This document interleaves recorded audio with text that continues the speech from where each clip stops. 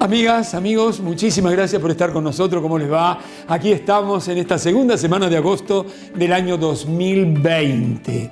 Hoy tendremos un programa muy alentador para la vida de los argentinos.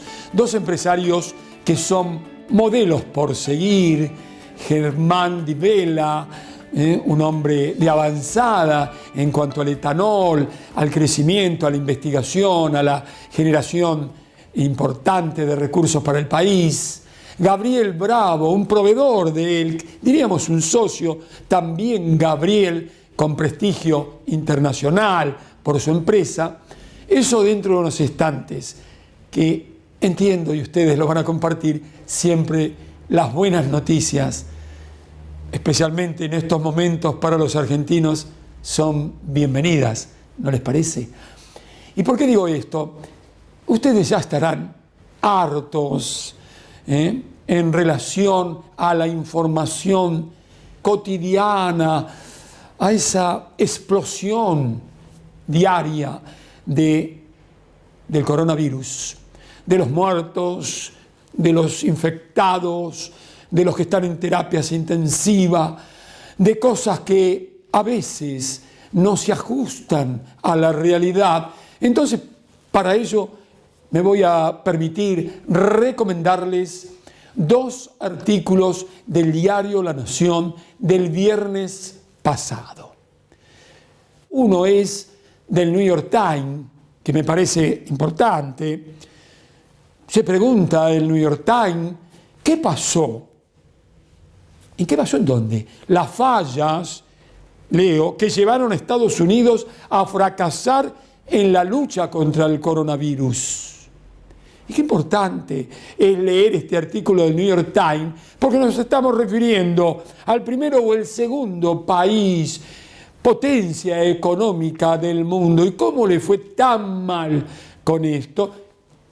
Leyendo el New York Times, esta nota del New York Times, seguramente ustedes se van a informar y van a aprender, como aprendí yo, a ver la realidad de una manera como corresponde, distinta a lo que acontece en los medios de comunicación de nuestro país.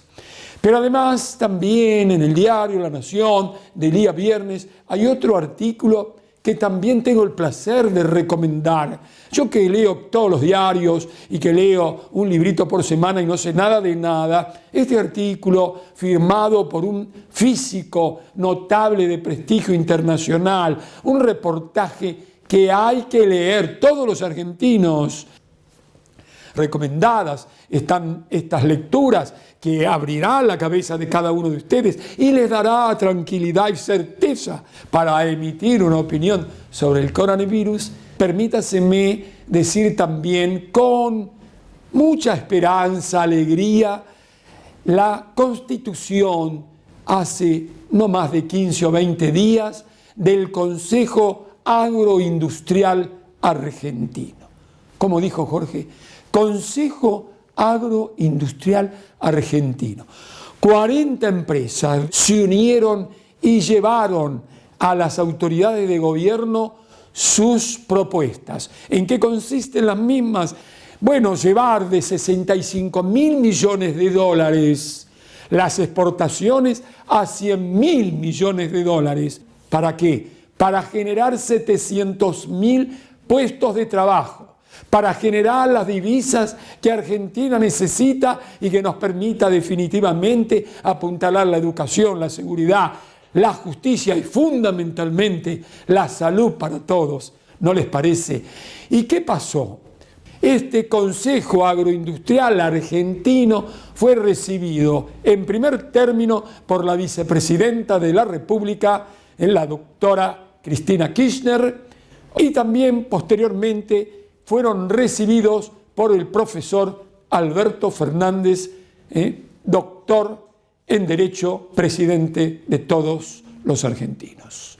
Claro, el profesor Fernández, presidente de la República Argentina, hace 20, 25 días dijo, con la problemática que surgió en Vaca Muerta, dijo, ahora tenemos que apuntar a lo que tenemos, a la vaca viva, Cuando dijo a la vaca viva, se refirió al campo, que recibieron este mensaje con una gran esperanza y alegría. Llamativamente entonces para la oposición, digo, el campo y la industria asociados fueron muy bien recibidos por el presidente de la República, por la vicepresidenta de la República y ahora en estos días acabo de enterarme también por la oposición política de nuestro país.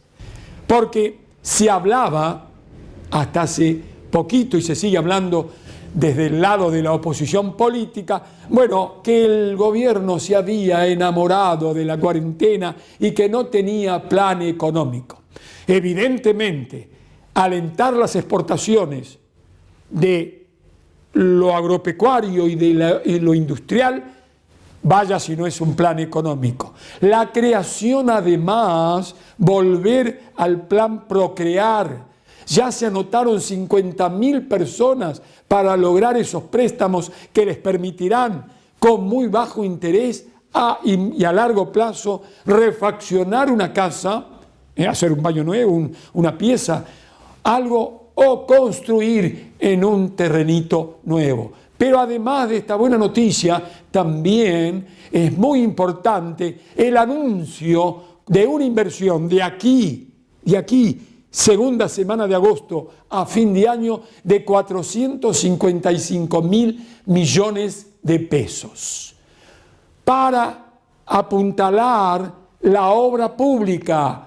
Y ya se han iniciado algunas de ellas que darán trabajo a 170.000 personas. Pone esto al descubierto lo que estoy queriendo decir, la decisión equivocada de la oposición, de ser oposición por oposición y creer que el plan del gobierno no existía post-pandemia. Existe para alegría de todos los argentinos y entonces ahora vamos a poner como ejemplo a mi amigo, que es un político en formación. Recuerden bien este nombre, Germán Di Vela, que está en Córdoba, un hombre inteligente, laborioso, emprendedor, un tano, como le digo yo, fenomenal, que además un proveedor de prestigio internacional quiso compartir un tiempito de esta nota. ¿Qué les parece entonces si prestamos mucha atención, como me gusta decir, para todos los argentinos? Allá vamos. ¿Cómo te va, Germán? Es un gusto que te prestes a este reportaje. ¿Cómo estás, amigo mío? Muy bien, gracias a Dios, Jorge. A vos, me encanta charlar con vos. Estamos viviendo, Germán, Argentina, el mundo, momentos difíciles por esta pandemia y que ha afectado la economía incluso de países, Germán, desarrollados. Afortunadamente, en nuestro país, que venimos de situaciones muy difíciles, ya lo charlamos el año pasado desde el punto de vista económico, en estos días quiero comenzar la nota contigo porque hay un acontecimiento justamente que es el, de alguna manera, no sé si el término es el más correcto, arreglado nuestro país, tu país, con la deuda externa, ¿no? Con la deuda, que es la gran problemática que teníamos. ¿Cuál es tu impresión como joven empresario exitoso, también con una vocación, digas o no, yo lo advertí el año pasado, en la política, que no es otra cosa que un servicio? ¿Cómo ves este arreglo? Pareciera importante con los deudores, deuda que por otra parte, gran parte contrajo el gobierno anterior, ¿no? ¿Cuál es tu visión? Totalmente. Yo creo que es positivo desde todo punto de vista. O sea, pensar un país cerrado al mundo, sin acceso a financiación para los privados como nosotros, o pensar en un país que no pueda traer inversores porque es un país declarado en default, es una locura. O sea, estamos convencidos que la salida de esta pandemia sanitaria, cuando termine y empezará una pandemia económica, seguramente, es a través de privados y del desarrollo de privados y de la generación de puestos de trabajo a partir de privados, que van a necesitar financiación, que van a necesitar acceso a créditos blandos de largo plazo, no solo para reinvertir, porque partes podrán ser para reinversión, pero mucho va a ser para capital de trabajo y ponerse en funcionamiento nuevamente. ¿Cómo está Bio4, amigo, en estos momentos? Bio4 pasó por varias etapas desde el lanzamiento de esta pandemia. Nosotros nos veníamos anticipando casi 2 semanas antes en el tratamiento del personal y de los recursos humanos. Mandamos a la mitad de la gente a la casa y empezamos con teletrabajo previo. Dejamos en guardia o suplencia, como decimos nosotros, cada sector productivo, de laboratorio, administrativo en su casa, donde no se podían mover, y los que veníamos acá a diario, que obviamente nosotros como dueños, Manuel y yo, y como directores full time, vinimos todos los días, incluidos los fines de semana, para acompañar a los que obviamente también venían los fines de semana, ¿no? Porque la gente siguió viniendo de lunes a lunes las 24 horas, nunca paramos. Paramos durante casi 15 días en junio porque al caer tanto la demanda de naftas, obviamente cayó la demanda de alcohol, y fue ahí donde salió lo de la reconversión, de ver cómo aprovechábamos este crecimiento o este desarrollo desmedido o demanda desmedida de alcohol sanitizante, y comenzamos a decir, bueno, transformemos nuestro alcohol en sanitizante. Si bien era materia prima, siempre fue materia prima para los que ya lo hacían, dijimos, bueno, en vez de ser la materia prima, seamos el otro eslabón y sumémonos a la cadena de oferta de sanitizante, porque los que ya hacían esa rectificación no daban abasto para eso. Así que en plena pandemia decidimos invertir $300.000 en una refinería que ya habíamos ampliado para el crecimiento y que no la estábamos usando porque obviamente ese crecimiento de naftas no vino, y entonces lo teníamos parado y la utilizamos, una de esas columnas de refinación, para la obtención de sanitizante. ¿Cuál es tu visión, Germán, sobre el Consejo Industrial Agropecuario que se ha conformado no hace mucho tiempo y que ha tenido desde el comienzo, sorprendentemente para muchos, las palabras del presidente de la República, el profesor Alberto Fernández, que ha dicho: con la problemática que tenemos en Vaca Muerta, el campo hoy es la vaca viva? Pero además se ha creado este consejo que ha sido también recibidas sus autoridades por la vicepresidenta de la República, Cristina Fernández, también sorprendentemente para algunos sectores que no creían en este acercamiento de la expresidenta con el campo, y todo esto nos hace pensar, dime amigo mío si estoy equivocado, en que se abre una ventana a la esperanza de un cambio en la producción, donde vos sos una figura importante y clave. Mira, creo que hay varias cosas. La primera, la pandemia nos va a devolver un nuevo mundo, sin ningún tipo de dudas. Nos va a devolver un nuevo mundo donde las formas de trabajo van a cambiar, donde las comunicaciones han cambiado. Esto es un cambio radical. Ni hablar. Yo viajar a una entrevista con vos, tal vez el día de mañana siga siendo irrisorio y lo sigamos haciendo de esta manera, No, por el traslado, por los costos, por la contaminación. Entonces hay un cambio de mundo hacia adelante, con lo cual Vaca Muerta, que si bien era la gran salvación de la Argentina para los próximos años, tal vez esté mucho más cuestionada de lo que esté hoy, y me parece que el sector agropecuario, el sector agroindustrial, tiene para dar respuestas en biocombustibles, en bioenergías y en alimento, que tal vez muchos países del mundo no estén en la misma posición de poderlo dar. Entonces, cuando vos ves un consejo agroindustrial con todos los grandes jugadores de la Argentina, juntándose con nuestros estadistas, la verdad que es como vos decís, da una esperanza enorme si todos logramos entender que el desarrollo de la Argentina viene por la exportación, viene tratando de acceder al gran mercado que es el mundo, más allá del mercado interno. Pensar que un mercado interno de 40 millones de habitantes, donde vamos a tal vez tener un 60% de pobreza, pensar que va a ser el que reactive, es muy, muy, muy exiguo. O sea, me parece que el gran desarrollo se viene en darle al mundo bienes y servicios que, y si son sustentables y si son renovables, me parece que estamos en una posición de privilegio si nos preparamos.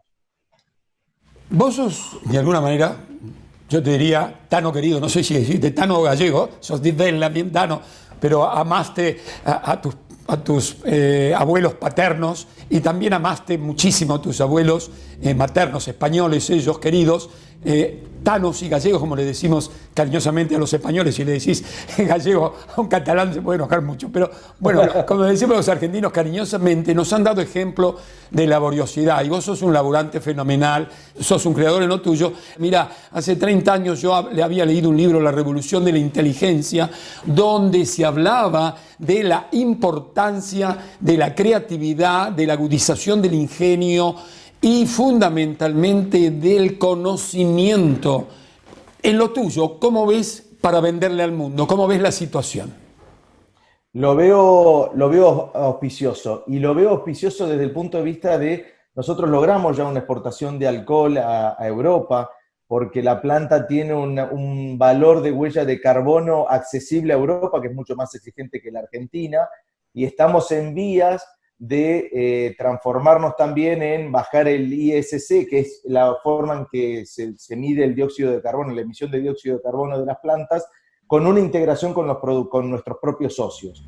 O sea, la idea es que uno pueda trazar desde el maíz hasta el etanol todo ese batch de producción y decir, este batch de producción tuvo este índice de emisión de dióxido de carbono y eso es lo que vamos a exportar. O sea, me parece que se viene un cambio. El otro día leíamos, no sé si viste, pero Bayer estaba pagando sobre bonos de carbono en Brasil y en Estados Unidos. Bueno, yo ya me puse en contacto con Bayer porque creo que no tenemos que esperar a que la Argentina vea si va a entrar o no, y me parece que una forma de lograr esto es unir toda la cadena, o sea, tomar al distribuidor, que es el que vende los productos de esta empresa, a nosotros como productores que los compramos para producir, a la planta que toma nuestro producto para desarrollar bioetanol y a la exportación de etanol. Y lograr toda una cadena integrada desde la distribución, y la distribución puede ser sustentable económica, socialmente y ambientalmente, y mostrar un nuevo eslabón de cadenas sustentables para el mundo. Me parece que eso lo tenemos que empezar a trabajar hoy pensando que tal vez lo podamos lograr en 2 o 3 años. Correcto. Pero me parece que tenemos una enorme oportunidad hacia adelante, ya te digo, estando en bioenergías y biocombustibles con más razón, y el productor, y te digo más, no me quiero explayar mucho, pero me parece que el asociativismo y la unión con otras empresas es lo que también tenemos que gestionar. Y te hablo uniones con otras empresas. Yo ayer estuve con un autopartista acá en Río Cuarto, charlando a ver qué hacemos en conjunto, porque del desguace de los autos que le entrega el seguro, solo 30 piezas son reutilizadas y el resto va a destrucción. Con lo cual él está armando una empresa de reciclado y dice, bueno, todo lo que puedo reciclar lo reciclo, lo que me queda, ¿podemos hacer energía? Nos juntamos ayer para eso. Mira vos, el sentido de comunidad social, entonces, por lo que dices, se advierte también, y es maravilloso, entre los empresarios, entre los creadores, entre los inversores, entre aquellos que arriesgan, entre aquellos que realmente hacen fundamentalmente también las cosas bien. Tú tienes, Germán, algunos proveedores que te voy a presentar, mejor dicho, que ya conoces, pero que nosotros distinguimos porque es una empresa de excelencia que está a la altura de los líderes internacionales en lo que hacen. Y yo suelo decir, en un emprendimiento, en una empresa, están los clientes, primero que nada está la base de la misma, que son los empleados, todos los que hacen a la empresa, los que están juntitos, pero también están juntitos el cliente, el proveedor, todos conforman para el crecimiento sustentable, tienen que ser uno solo. Así que te voy a presentar a alguien que ya conoces, y yo lo voy a conocer también y siento mucho placer, Gabriel Bravo. ¿Cómo estás, Gabriel? Mucho gusto. Hola, buenos días, buenas tardes. Muy bien, acá estamos, un gusto estar con ustedes, un gusto conocerlos, un placer estar acá compartiendo esta reunión con ustedes. Y bueno, la verdad que después de tantos años de viajar a Río Cuarto, a Bio 4, por primera vez conozco a uno de los responsables de la planta y bueno, siempre admirado por ese proyecto productivo, siempre me llamó mucho la atención y bueno, desde el primer día que nosotros nos llamaron para trabajar ahí, nos hemos comprometido realmente con con la empresa, como lo hacemos habitualmente con la mayoría de los clientes buenos. Y bueno, Bio4 representó para nosotros un gran desafío porque nuestra empresa es una empresa de producción nacional que compite con las multinacionales de nuestro rubro que están en el país, y no es un esfuerzo menor, digamos. Gabriel, en otra oportunidad vamos a ampliar tu historia y la historia de tu empresa. ¿Cuál es tu producto y qué le brindás a Germán? Bueno, nuestra especialidad es sellado de fluidos. Y nuestro producto madre estrella, digamos, es el sello mecánico. El sello mecánico es la unidad de sellado que tiene una bomba para impedir emisiones fugitivas a la atmósfera. Y bueno, no es un tema menor, conociendo los compromisos de muchas empresas y en particular de Bio4, que tienen un cuidado especial por los recursos para que la planta funcione. Y bueno, el tema de la huella de carbono está enteramente ligado a nuestro rubro, lo cual a nosotros nos compromete en el día a día a invertir en nuevas tecnologías que no son solamente insumos, no son solamente máquinas, sino también es poner la cabeza, el cerebro para desarrollar nuevos productos y más eficientes. Jorge, no quería dejar de decirle de que antes de que se desatara esta pandemia, nosotros estábamos ya elaborando un convenio con la Universidad Tecnológica Nacional. La UTN. Porque nuestro proyecto es convertir a Propac en una empresa 4.0. Y nosotros ya tenemos productos en este momento a modo de modelo desarrollados para salir con toda la tecnología al mercado, y estamos en este momento esperando un socio estratégico para ver si podemos impulsar estos productos. Y se basa justamente en eso, en enfrentar todo lo que es emisiones fugitivas de manera inteligente, con mucha tecnología que hay a nivel mundial y con modelos que ya incluso tenemos en proceso de patentamiento. Bueno, no te vas a poder librar fácilmente de mí. Cuando hagamos algo sobre tu empresa, vamos a cruzar al rector de la UTN de Mendoza o de Buenos Aires para dialogar sobre este acontecimiento, porque así debemos denominarlo importante para la Argentina. Ningún problema. Y un dato que puede ser anecdótico para esta circunstancia es que estamos entrelazados con una fábrica, la número 1 que hay en Suiza, de sensores barométricos, sensores de temperatura. Esta fábrica ha hecho desarrollos para las estaciones, una de las estaciones espaciales que hay en este momento.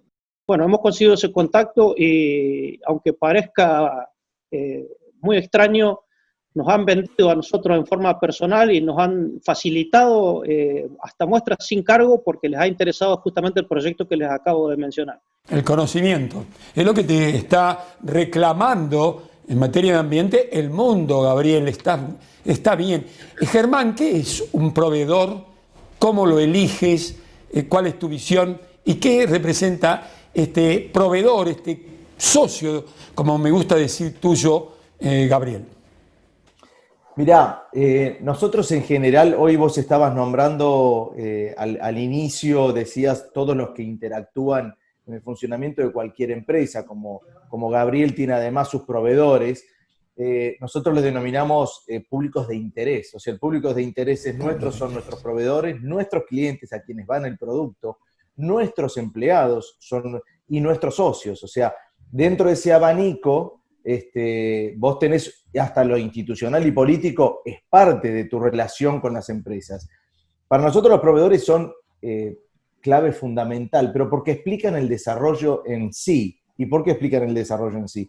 Porque Bio4 da de manera directa 160 puestos de trabajo, pero de manera indirecta trabaja con 400 proveedores. Ahí está el tema. Entonces, el impacto real son los 400 Gabriel que están detrás de una empresa para generar un producto, un servicio, una interacción de conocimiento.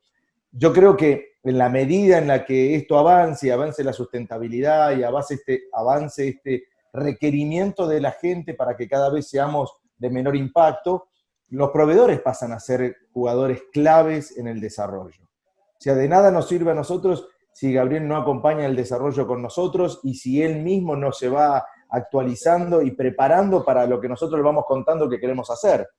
O sea, para mí la interacción es clave y la información que intercambiemos es clave entre un proveedor y nosotros.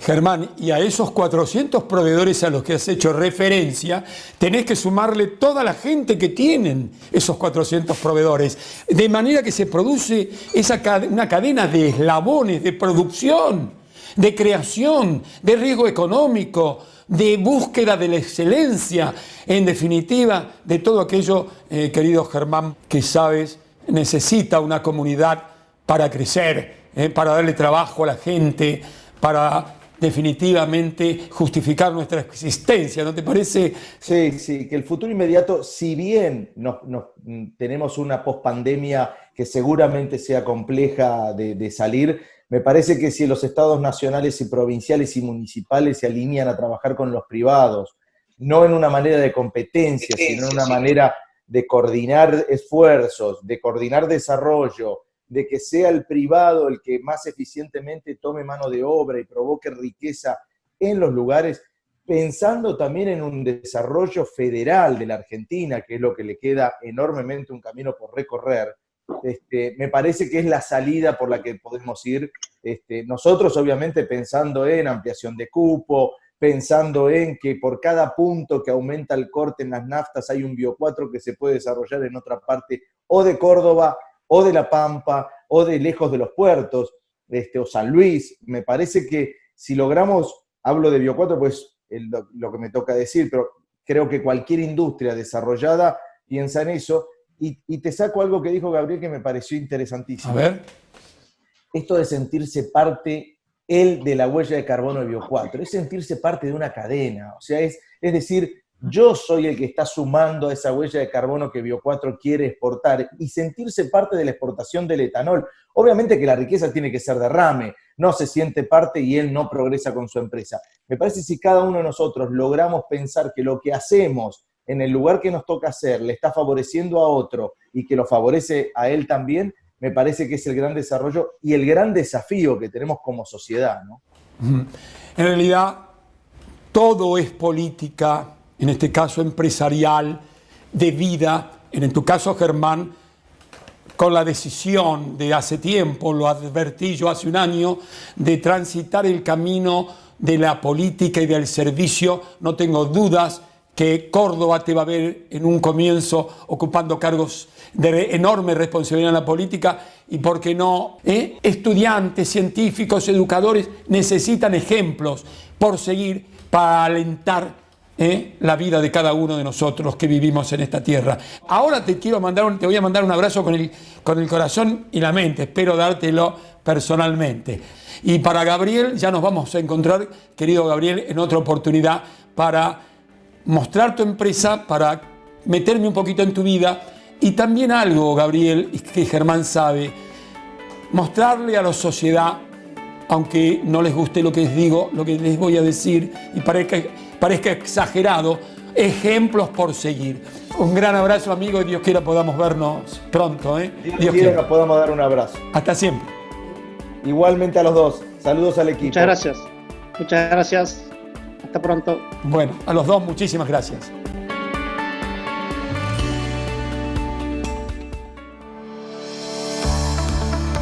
Bio4 está integrada por empresarios agropecuarios innovadores de la ciudad cordobesa de Río Cuarto y la región. El asociativismo y la visión agroindustrial son el común denominador de los socios del proyecto, que tienen como ideal agregar valor en origen al maíz. Se trata de la primera biorefinería de la Argentina que logra transformar el grano de maíz en energía y alimento. Bio4 desarrolla sus actividades incorporando la sustentabilidad económica, ambiental y social como pilar necesario para el crecimiento sostenible a largo plazo. Su planta se ubica en el centro geográfico del país y en el eje central del corredor bioceánico. Este emplazamiento le brinda grandes beneficios logísticos, disminución de los costos de flete y una oferta de maíz muy superior a la demanda. En sus instalaciones, Bio4 transforma la energía contenida en los granos de maíz en bioetanol, burlanda, energía eléctrica, energía térmica y fertilizante. El bioetanol es un alcohol etílico de alta pureza que, mezclado con las naftas, se utiliza como combustible. Este producto incrementa el octanaje y disminuye las emisiones de gases que generan el efecto invernadero. La vinaza pesada, obtenida durante el proceso de producción del bioetanol, es separada en burlanda y vinaza liviana. La burlanda de maíz es el grano que, una vez destilado, se transforma en un alimento muy demandado para la nutrición animal, debido a sus proteínas y energía. La vinaza liviana es enviada a la empresa bioeléctrica para su utilización y transformación en energía renovable. Allí, en 2 biodigestores se produce biogás.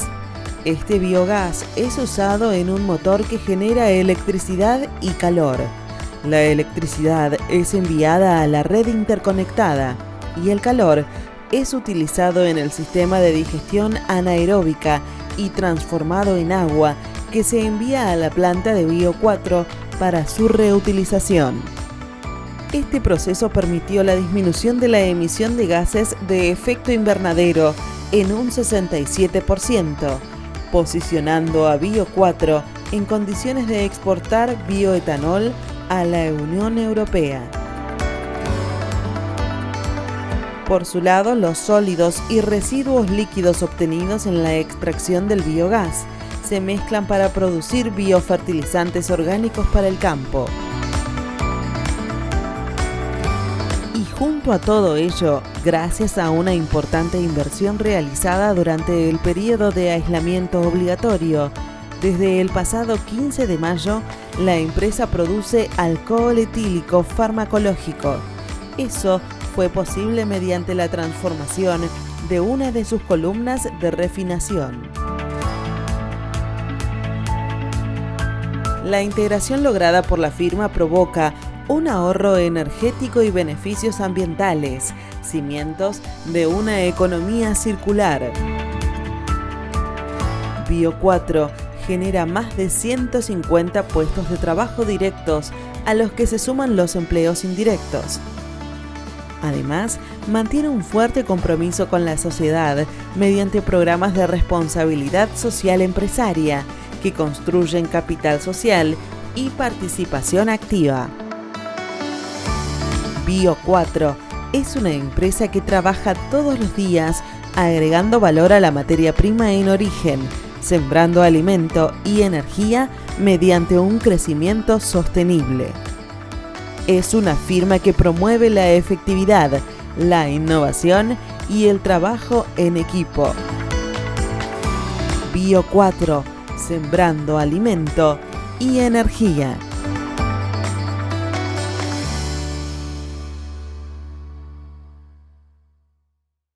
Propac, empresa mendocina especializada en la fabricación de todo tipo de sellos mecánicos, producción bajo normas ISO 9001-2015 y especificaciones de cada cliente. Única firma argentina con banco de pruebas y ensayos para sellos mecánicos tipo cartucho, desarrollos propios mediante sofisticado software, maquinaria de última tecnología, mano de obra calificada, productos con un 85% de integración nacional, destacada trayectoria en el área de los biocombustibles. Propac, líderes en diseño y fabricación de sellos mecánicos. Somos ATS. Desde 1954 integramos todos los eslabones de la cadena productiva agropecuaria. Comercialización de granos, logística, insumos agrícolas, productos veterinarios, pool de siembra, producción, procesamiento y exportación de maní y generación de energías renovables. Desde la región centro de nuestro país, nos proyectamos hacia el mundo. ATS, Innovación y Agricultura Sustentable. Vaten, Aguas y Servicios, compañía argentina dedicada a prestar servicios en el área del tratamiento de aguas industriales. Oferta integral de equipamiento, productos químicos y servicios de asistencia adaptados a cada uno de sus clientes. Vaten, Aguas y Servicios. Lallemand Biofuels and Distilled Spirits, LBDS, con sede en Milwaukee, Wisconsin, Estados Unidos. Es una unidad de negocios del productor canadiense de levadura y bacterias Lallemand Inc., empresa líder en fermentación e innovación. Firma con programas educativos y soporte técnico experto para la industria de bebidas destiladas y productores de etanol combustible. Lallemand Biofuels and Distilled Spirits. BioAva Sociedad Anónima es distribuidor de Lallemand en Argentina, Paraguay y Uruguay.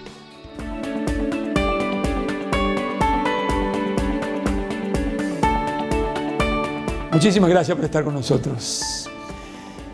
Estamos pensando con el equipo de producción la importancia a la que hemos hecho referencia durante casi toda nuestra vida profesional que tiene para el crecimiento económico de los pueblos, el desarrollo científico y tecnológico. Y creo que nadie sabe más que Fernando Stefani, un investigador principal del CONICET, un estudioso, tiene un currículum impresionante, una de las personalidades de la ciencia argentina de relieve internacional. Hemos decidido entonces apelar nuevamente a él para que nos oriente, nos dé esta información que espero sea formativa para la clase dirigente política argentina y lo consulten a Fernando Stefani. ¿Por qué? Por esto, amigos. Gracias, Fernando, por recibirme. ¿Cómo estás, amigo? Un placer, ¿cómo andas? ¿Sos argentino, Fernando, no es así? Sí, soy argentino. ¿Dónde naciste? En Capital. En Capital. En Chacarita. Hay un trabajo. Vos te has esforzado, has hecho un trabajo importantísimo que tiene que ver con aquello de que apuntalar la ciencia, apuntalar la tecnología, comprender que sin investigación y desarrollo no podremos poner máquinas en movimiento. Eso corre por mi cuenta, es decir, generar riquezas, crecer económicamente. En primer lugar, ¿por qué un científico de tu talla, de tu prestigio, de tu capacidad de estudio en la investigación, lleva adelante esta tarea? Es una buena pregunta. No es el rol que me debería corresponder. Pero ¿qué ocurre? Yo regresé a la Argentina en 2009. Después de 9 años, casi 10, en el extranjero. ¿En dónde, vamos a decirle al público? Estuve 7 años en Alemania, y un poquito más, y 2 años en España. Cuando regreso a Argentina, yo vuelvo para establecer un nuevo laboratorio de investigación. Me incorporo al CONICET, a la Universidad de Buenos Aires, y empiezo a encontrar dificultades, barreras, que no me permitían avanzar al ritmo que yo lo hacía en Alemania o en España. Por mi propia vocación de científico intento ver por qué. Entonces me empiezo a preguntar por qué esto no funciona. Y empecé a estudiar el sistema científico y tecnológico de Argentina y empecé a identificar cuáles eran sus fortalezas y sus debilidades, en particular por qué nos costaba avanzar. Eso lo vengo haciendo prácticamente desde que regresé a la Argentina. Ahora, bueno, luego de varios años de estudiarlo, lo comprendo creo que con bastante profundidad. Y empiezo a publicar este tipo de trabajos hace poco, porque nos empiezan a interpelar mucho más. Lo que ocurrió en el último tiempo es que los científicos somos interpelados por la sociedad y los medios de comunicación, y muchas veces nos preguntan ¿para qué sirve lo que haces? ¿No? ¿Para qué sirve?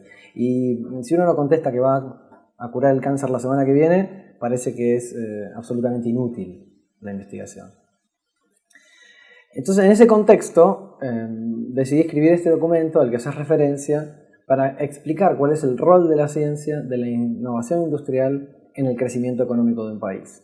Pero lo trato de hacer de manera didáctica para comprender los tiempos que lleva esta actividad, el impacto que puede tener y cómo debe practicarse de manera adecuada en el mundo de hoy.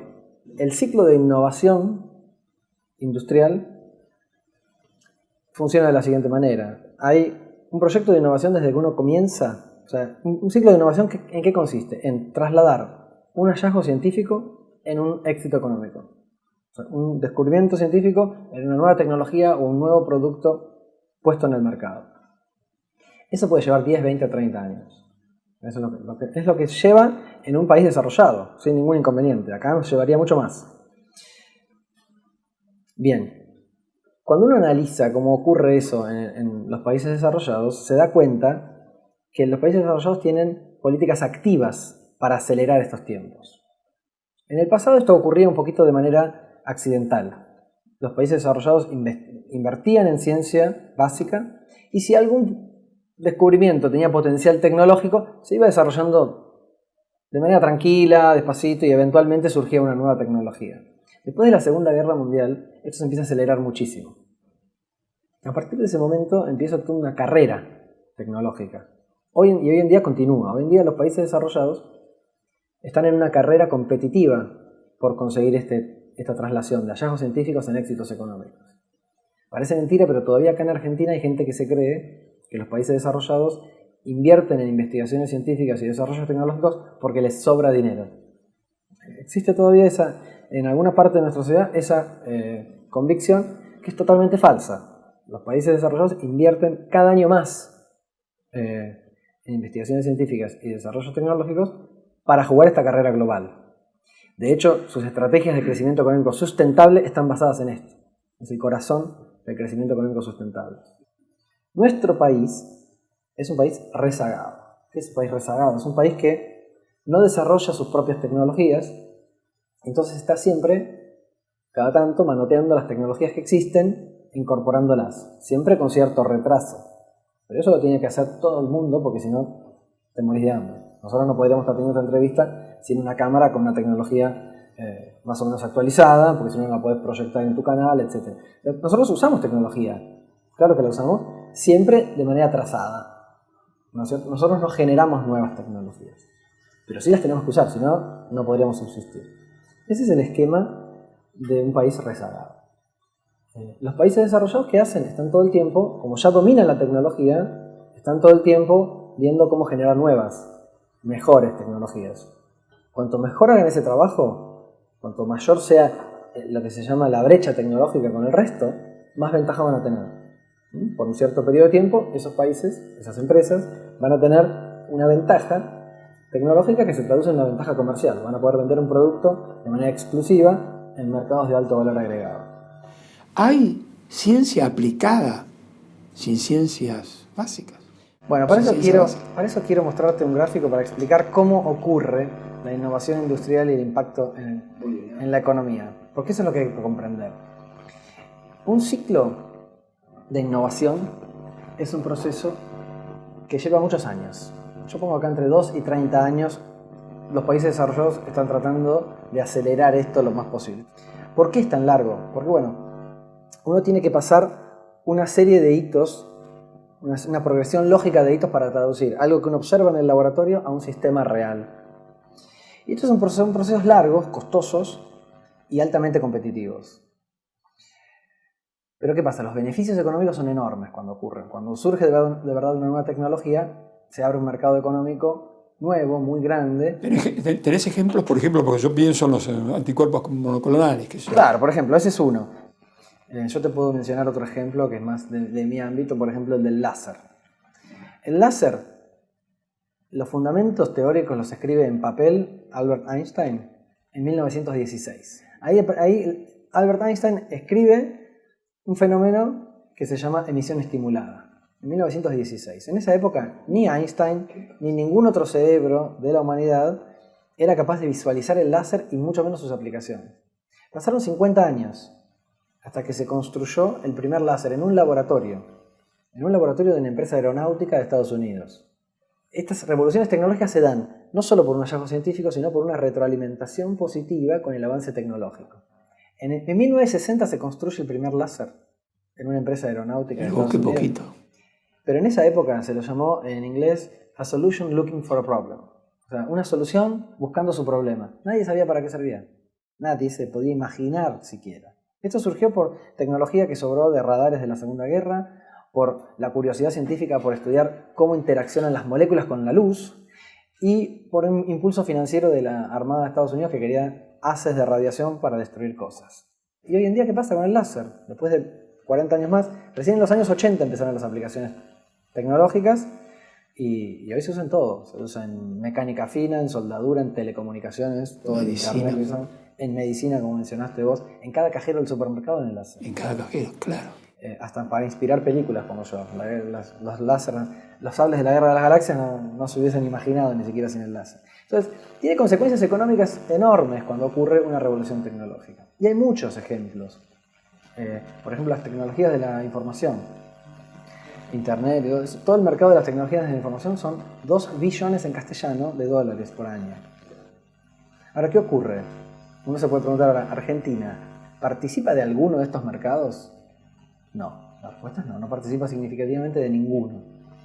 Entonces viene la pregunta, ¿por qué? Bueno, porque cuando ocurren estas revoluciones tecnológicas, cuando llega el momento comercialmente oportuno para la tecnología nueva, los países que pueden participar son los que han jugado el juego todo el tiempo. Porque en ese momento cuentan con las empresas que pueden asimilar la tecnología, con el conocimiento, con el personal. Históricamente uno ve que las revoluciones tecnológicas han necesitado entre 20 y 120 años, si uno mira en la historia, pero esto se acelera todo el tiempo.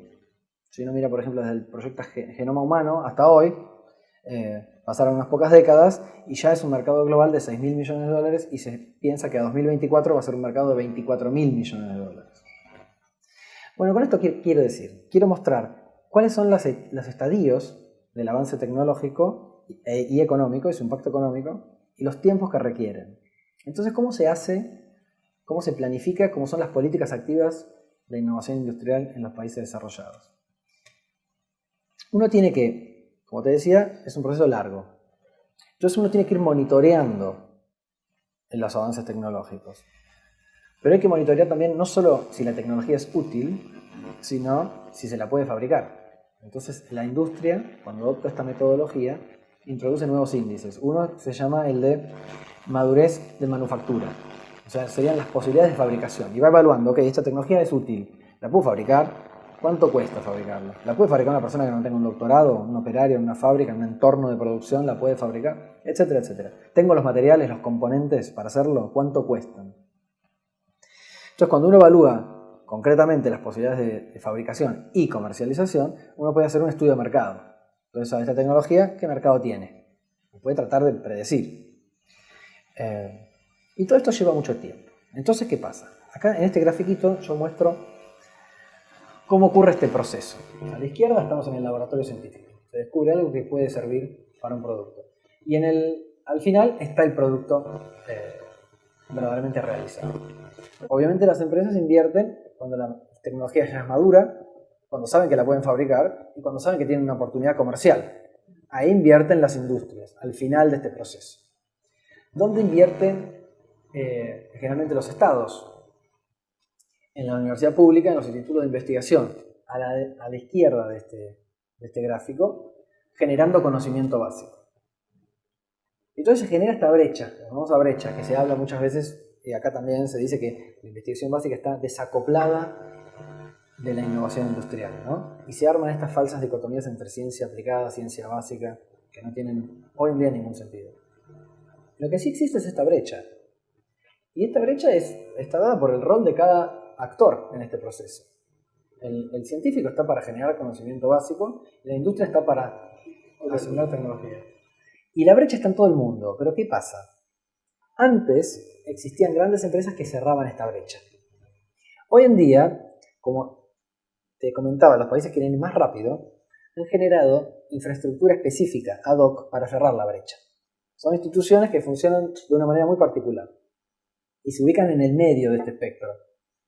Son instituciones donde conviven científicos, tecnólogos, pero también ingenieros, expertos en fabricación, expertos en comercialización, logística, comercio exterior y también en captación de capitales. Son instituciones que se llaman instituciones intermedias o institutos de innovación industrial. sostenidas por el Estado y las empresas privadas. Se sostiene 50 y 50, en un esquema que se llama de 3 tercios. Hay un tercio que lo pone el Estado y se utiliza para mantener al instituto funcionando con la tecnología de punta para ese sector industrial. Estas instituciones se enfocan o tienen centros enfocados en sectores industriales particulares, los que cada país considera que son en los que tienen mejor oportunidad económica futuro. Entonces estos institutos miran al futuro, en base a sus predicciones, invierten en tecnologías que ellos creen que van a tener oportunidad comercial en el futuro. Y las van desarrollando. Somos mejores que en la época de Einstein, pero todavía nadie tiene la bola de cristal. Entonces lo que hay que hacer es sembrar muchos de estos proyectos. Ya se seleccionan con una predicción del futuro, ¿no? Pero se seleccionan muchos, se invierte en ellos y se los va monitoreando. Ese es el rol de las instituciones intermedias. Y esto lo tienen muchos países, te diría todos los países desarrollados. La estrella es la Sociedad Fraunhofer de Alemania, que tiene 72 institutos en todas las áreas. Y la mayor inversión, ¿no? Y la mayor inversión por el momento. Pero los casos más destacables para mí son los del Reino Unido y de Estados Unidos, porque son los más recientes. Y Estados Unidos e Inglaterra son, sin duda alguna, los países líderes en generación de conocimiento básico. Las mejores universidades, institutos de investigación están en Estados Unidos y en Inglaterra. ¿Y qué pasó? Normalmente, como te decía, fue cambiando la innovación industrial. Tradicionalmente, este ciclo que te comentaba lo llevaban a cabo grandes empresas. Por ejemplo, IBM, la Hughes Aircraft Corporation. Pero IBM no existe más ahora, es Lenovo en China, ¿no? Y se fue diluyendo un poco este ecosistema y a Estados Unidos e Inglaterra se les empezó a abrir la brecha. Y se dieron cuenta. Se empezó a abrir la brecha y se dieron cuenta que estaban invirtiendo en investigación básica, seguían siendo líderes, pero se les estaba desacoplando de la innovación industrial. Y reaccionaron muy rápido. Estados Unidos creó en 2000, no te quiero decir más, en 2014, fíjate vos, hace muy poco tiempo, estableció la Red Nacional para la Innovación Industrial, que tiene un logo más chiquito que se llama Manufacturing USA. En el 2014 lo crea y ya tiene 14 institutos. Y el otro ejemplo es el del Reino Unido con los centros Catapult, que lo crearon en 2011. Y también tiene 10 centros ahora. Y si vos te fijas, las temáticas son ciudades del futuro, energías renovables offshore, porque ellos son una isla. Son temáticas que ellos consideran estratégicas para su desarrollo económico. Argentina tiene algo de eso. No es que arrancamos de cero. Argentina tiene el INTI, el INTA, tiene ITEC, un ejemplo más reciente. Entonces, cuando uno mira esto, dice, ¿cuál es el problema? Bueno, el problema es, por un lado, la magnitud de la inversión. Uno no puede jugar una carrera global al ritmo que uno quiere, ¿no? Entonces, bueno, yo soy argentino, entonces voy más lento. No funciona, porque entonces siempre llegas tarde y la inversión que haces termina siendo desperdiciada. Si querés jugar esta carrera, hay que hacerlo al ritmo que te ponen el resto de los jugadores. Nosotros tenemos muchos ejemplos donde demostramos que lo podemos hacer. Muchos ejemplos, pero después hay que hacerlo. Hay que pasar de hacer un satélite cada N años a hacer N satélites por año o N reactores por año. Llevarlo al nivel productivo que impacte en la economía. ¿Por dónde comenzamos? Porque ¿qué pasa con la educación elemental, la educación media y la universidad? ¿Por dónde se empezaría? Bueno, la pregunta es muy interesante, obviamente, porque una cosa es mostrar dónde estamos parados, la otra es poner propuestas, ¿no? Muchas veces cuando yo presento esto, la primera duda no viene ni siquiera por ahí. La primera duda viene de, no tenemos plata, te dicen. No tenemos plata para hacer esta inversión. Lo cual es absolutamente falaz. Si uno analiza la capacidad de recaudación de Argentina y la capacidad de endeudamiento, de financiamiento que tiene Argentina, se requieren modificaciones, redireccionamientos de un 1% en la capacidad de recaudación o en la capacidad de endeudamiento de Argentina. O sea, si un 1% de la deuda que se toma se utilizaría para esto, alcanza. Imaginémonos que la decisión está. Los recursos los tenemos, económicos. ¿Dónde aparecen las trabas? Y cuando uno analiza los procesos de desarrollo de otros países, uno de los cuellos de botella más habituales son los recursos humanos. Y ahí viene lo que vos decís de la educación y la formación, porque Argentina tiene hoy si uno mira cuántos investigadores o ingenieros activos tiene por millón de habitantes en tareas de investigación y desarrollo tecnológico, estamos un factor 4 por debajo con respecto a los países desarrollados y un factor 7 u 8 contra Israel o Corea, que son los que más vienen avanzando. Por millón de habitantes, o sea, en densidad te hablo. Necesitamos aumentar nuestra densidad de ingenieros y de científicos. Formar esa gente lleva mucho tiempo, lleva 10 años o más. Entonces eso es un freno. Si los vamos a formar nosotros, vamos a tener que esperar. Los países desarrollados tienen políticas activas para captar talentos de todo el planeta. Entonces ellos reclutan científicos, ingenieros de todo el mundo. Cuando necesitan a alguien, ponen las condiciones necesarias para atraer gente de otros lugares. Entonces pueden ir más rápido si les falta gente en algún sector. Nosotros no tenemos esta tradición. Argentina nunca ha hecho esto de generar políticas para atraer talentos de otras regiones, pero lo podríamos hacer. Entonces ese sería un cuello de botella que yo veo importante. ¿Qué es la vida, Fer, para vos? Qué pregunta. Y la vida es un ratito que tenemos en este mundo para hacer algo bueno. Yo creo que nuestra misión es hacer algo bueno. Hacer que nosotros y nuestros hijos y las generaciones futuras vivan mejor de lo que vivimos nosotros. Es así, me lo tomo yo.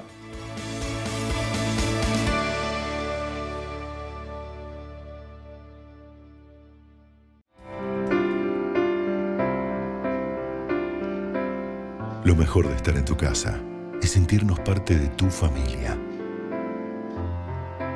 Acompañarte en muchos de tus momentos.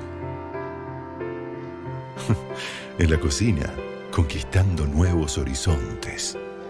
Y en la mesa, alimentando los corazones. Hoy nos vemos desde lejos, pero nos acercan algunas sonrisas. Gracias por abrirnos la puerta.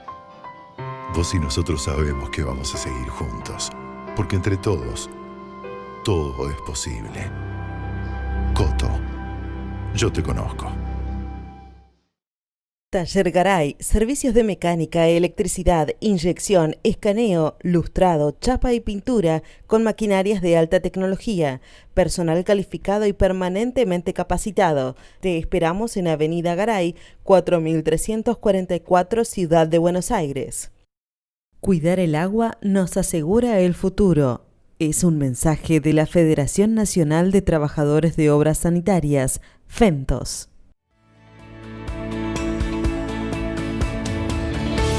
Bueno, Jorge, antes que nada, un saludo. Nos conocemos hace ya mucho tiempo y yo siempre destaco la tarea que tú realizas en la televisión.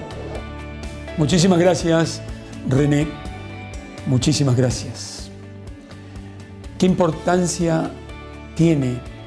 Lo hemos manifestado durante más de 30 años, la educación, la ciencia y la tecnología para, decía y digo yo, poner máquinas en movimiento y darle trabajo a la gente.